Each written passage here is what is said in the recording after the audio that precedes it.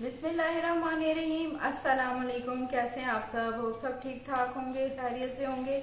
आज मैं आपको जमे हुए गोश्त को किस तरीके से 10 मिनट के अंदर डीफ्रोस्ट करते हैं इसका तरीका बताऊंगी। बहुत ही आसान तरीका है और बहुत ही आसानी से जो गोश्त है वो आपका खुल जाता है। जब मेहमान आए हों या कोई भी कुछ भी जल्दी हो तो इसे अगर हम पानी में रखें तो इसे खुलते खुलते कम से कम आधे से 1 घंटा लग जाता है। तो बहुत जल्दी से इस गोश्त को किस तरीके से डीफ्रोस्ट करना है ये मैं आपको बताऊंगी। इसके लिए आपने एक बड़ा खुले मुंह वाला बर्तन ले लेना है। कोई भी बड़ी पतीली आप ले सकते हैं, वो ले लें।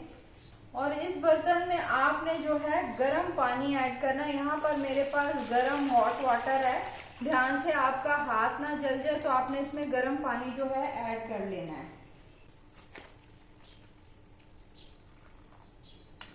हॉट वाटर ऐड करने के बाद आपने एक पतीली में पानी लेना है और ये नॉर्मल टैप वाटर है, ये गर्म नहीं है। ये वाला जो पानी है ये आपको पकता हुआ होना चाहिए या गर्म होना चाहिए। उसके बाद इस पतीली को आपने इसमें रख देना है और इसी पतीली में जो है आपने इस अपने मीट को, जो बड़ा गोश्त है, छोटा गोश्त है या चिकन है, उसको आपने इसमें ऐड कर देना है। इसमें पानी कम है तो मैं थोड़ा और ऐड करूंगी ताकि पानी इसमें ये डिप हो जाए।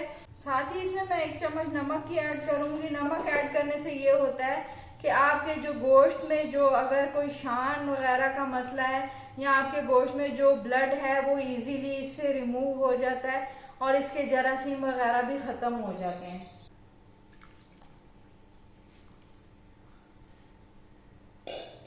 थोड़ा सा पानी मैंने इसमें और ऐड कर दिया, नॉर्मल वाटर। अब इसे जो है मैं यहाँ पर 10 मिनटों के लिए छोड़ दूंगी।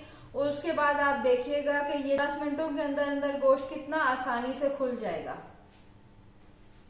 यहाँ पर आप देख सकते हैं 10 मिनट के बाद गोश्त जो है एज इट इज़ आपके सामने पड़ा था और तकरीबन यहाँ 8-10 मिनट के बाद बोटियाँ बहुत ही आराम से जो है एक दूसरे से अलहदा होने लग गई थी।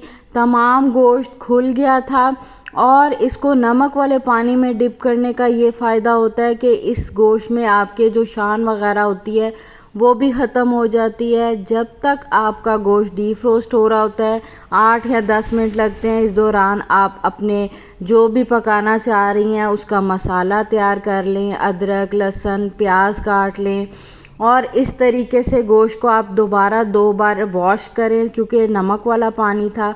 उसके बाद आप इस गोश्त को कुक कर लें।